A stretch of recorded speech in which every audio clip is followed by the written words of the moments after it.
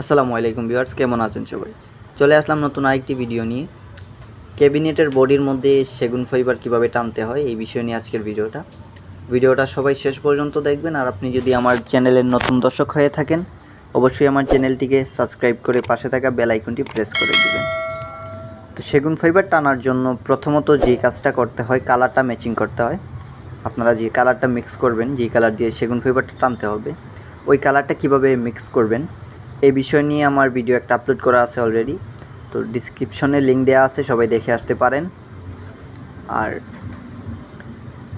Colour mix করার পরে আপনারা কি কাজটা করবেন, কালার মিক্স করার পর সুতি টানা নেবেন, নিয়ে ভালো করে কালারের মধ্যে ভিজাবেন। এই যে দেখেন, ভিজানোর পর আমি যেভাবে প্রথমে সুতি টানার কালারটা দিয়ে যেভাবে টান দিচ্ছি এরকমভাবে টান দিবেন। তারপর টুইজারটা দিয়ে টান দিবেন। আর টুইজারটা যখন টান দিবেন তখন হালকা করে হাতটাকে একটু মোচড় দিবেন, দিলে দেখবেন সেগুন ফাইবারটা খুব ভালো উঠতেছে। আপনারা যেই ডিজাইনের সেগুন ফাইবার টানতে চাচ্ছেন ওই ডিজাইনের টানতে পারবেন। ভিডিওটা যদি ভালো লেগে থাকে অবশ্যই লাইক কমেন্ট শেয়ার করবেন। তারপর যে জিনিসটা করতে হবে, আপনাদের হাতটা একটু সোজা রাখতে হবে। যদি বাঁকাতারা করে টানেন সেক্ষেত্রে ফাইবারটা সুন্দর আসবে না, বিচ্ছিরি দেখা যাবে। আর সোজা করে যদি টানেন, এই যে দেখেন কত সুন্দর ফাইবার উঠতেছে। আপনারাও চাইলে এরকমভাবে সেগুন ফাইবার টানতে পারবেন সুন্দরভাবে। তো আমার নিজেরই অনেক জায়গায় বেকাতারা হয়ে যায়। তো সেই ক্ষেত্রে আমি আপনাদেরকে একটা জিনিস সাজেস্ট করব, আপনারা ফাইবার টানার সময় হাতটাকে একটু সোজা রাখবেন, স্ট্রেট রেখে ফাইবারটা টানবেন। আর যখন ফাইবারটা টানবেন তখন হাতটাকে একটু মোচড় দিবেন।